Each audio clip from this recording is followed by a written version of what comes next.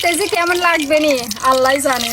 কেমন লাগবে আবার টিভির তো মানুষের রান্ধে দেখতে সুন্দর লাগে, কারণ টিভিতে আমরা ফোনে আমরা যখন দেখি যে রূপচাঁদা মাছ ফ্রাই করছে তখন কিন্তু দেখতে অনেক সুন্দর লাগে।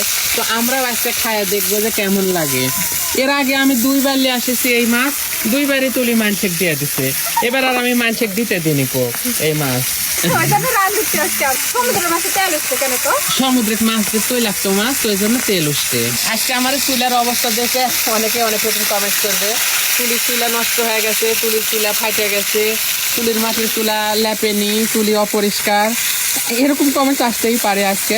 কিন্তু রান্না হয়ে গেলে তুলির চুলাটা পরিষ্কার করবে আজকে। এই তুলি মাছ পুড়ে গেল আমার তুলি মাছ দেখতে বলে ঘরের দেশে ফল দেখতে, আর আমি মাছগুলো পুড়া ফেলা দিন রে। আচ্ছা থাক, একটু বেশি পুড়া হচ্ছে তো, একটু বেশি ফ্রাই হলে বেশি খেতে ভালো লাগে।